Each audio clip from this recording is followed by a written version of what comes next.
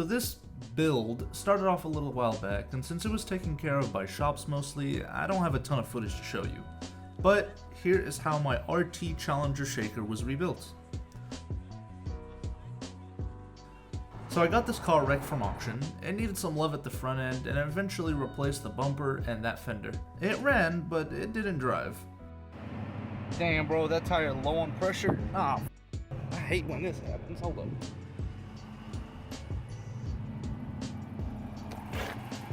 I'll let you figure out why.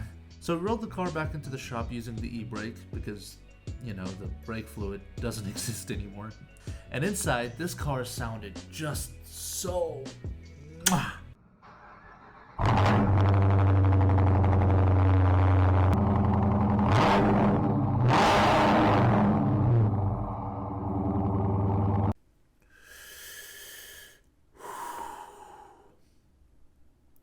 Damn.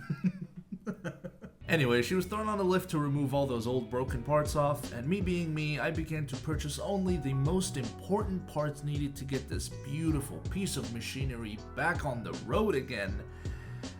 I bought wheels. It was I just bought wheels. That was the first thing I bought. Okay, but how could you blame me? Look at what it came with.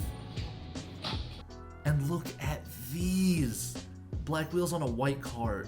It's just too perfect, but anyway. Well, after my shenanigans, actual useful parts began to roll in. First the bumper and this thing, which both had to sunbathe before they were ready for the car.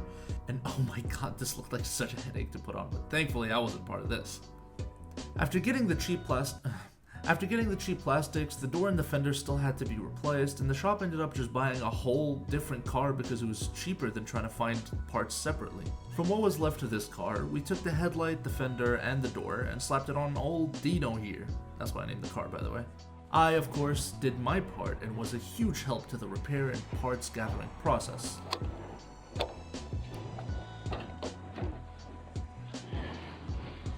Oh, where would they be without me?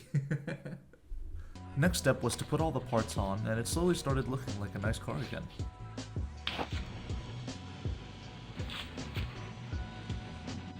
All that's left now is paint, and after stopping for gas and adding my personal repairs to the car, that's where I took it.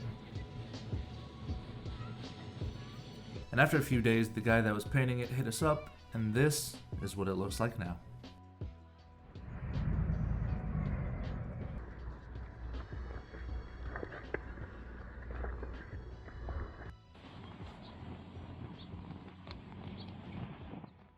I, of course, couldn't wait to drive it, so I buckled up, got on the road, and...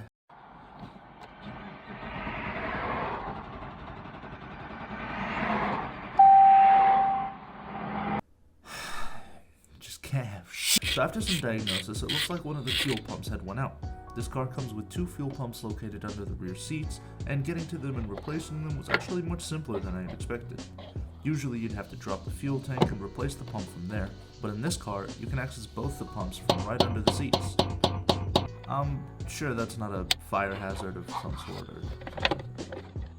Either way, well into the night, after taking care of some other little things like filters and wipers, the car started back up with no issue.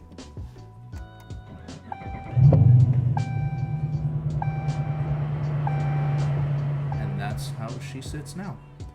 In the future, I do want to add some things to this car, body kit, exhaust, tune maybe, but for now, I gotta get back and focus on the Miata, which has been sitting in my garage for the last almost 2 years now.